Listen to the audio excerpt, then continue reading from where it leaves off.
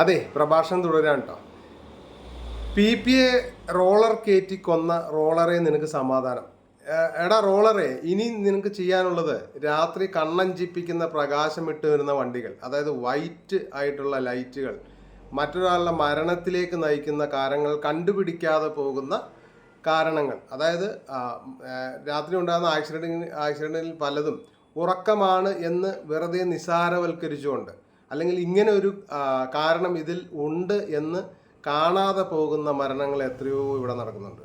അപ്പോൾ അടുത്തത്, രാത്രി ഇറങ്ങിയിട്ട് ലൈറ്റ് ഇട്ട് വരുന്ന, കണ്ണഞ്ചിപ്പിക്കുന്ന ലൈറ്റ് ഇട്ട് വരുന്ന വണ്ടികളുടെ ഹെഡ്ലൈറ്റ് ഊരി അത് റോളർ കൊണ്ട് കയറ്റി നശിപ്പിച്ചാൽ ഓൾമോസ്റ്റ് കുറേ ആൾക്കാരുടെ ജീവൻ രക്ഷിക്കാം എന്നുള്ള ഒരു അഭിപ്രായമുണ്ട്. അതുപോലെ തന്നെ ഈ PP റോളർ കയറ്റി കൊന്നതുകൊണ്ട് PP ആരും കേട്ടിട്ട് മരിക്കുന്നില്ല എന്നുള്ള സത്യാവസ്ഥ എല്ലാവരും മനസ്സിലാക്കുക. അതുപോലെ തന്നെ ഈ PP വിൽക്കുന്ന കടകളിൽ അല്ലെങ്കിൽ ഇങ്ങനെയുള്ള കടകളിൽ ഒരു ലിസ്റ്റ് പ്രദർശിപ്പിക്കുക. അതായത് ഇങ്ങനെയുള്ള സാധനങ്ങൾ ഇവിടെ വിൽക്കുന്നതല്ല എന്ന് മാത്രം എഴുതി വെക്കുക. കാരണം ഈ PP മേടിച്ചതിൻ്റെ ടാക്സും കൊണ്ട് കേരളം അല്ലെങ്കിൽ രാജ്യം ഭരിക്കുന്ന ആളുകൾക്ക് PP മേടിച്ചിട്ട് പിന്നെ അതിൻ്റെ തല്ലുകൊള്ളാനും കൊണ്ട് വിധിക്കപ്പെട്ട ജനങ്ങളായിട്ട് മാറാതെ ഇതിന് തക്കതായിട്ടുള്ള ഒരു നിയമം, അല്ലെങ്കിൽ ഈ എല്ലാത്തിനും, ഇതിന് മാത്രമല്ല, അതുപോലെ തന്നെ ബസ്സിൻ്റെ ഓവർടേക്ക്, എറണാകുളം സൈഡിലേക്ക് ചെന്ന് കഴിഞ്ഞാൽ കാറിനെയൊക്കെ സൈഡാക്കിയിട്ട് ഓൺ അടിച്ച് കയറി വരുന്ന ചില ബസ്സുകളുണ്ട്.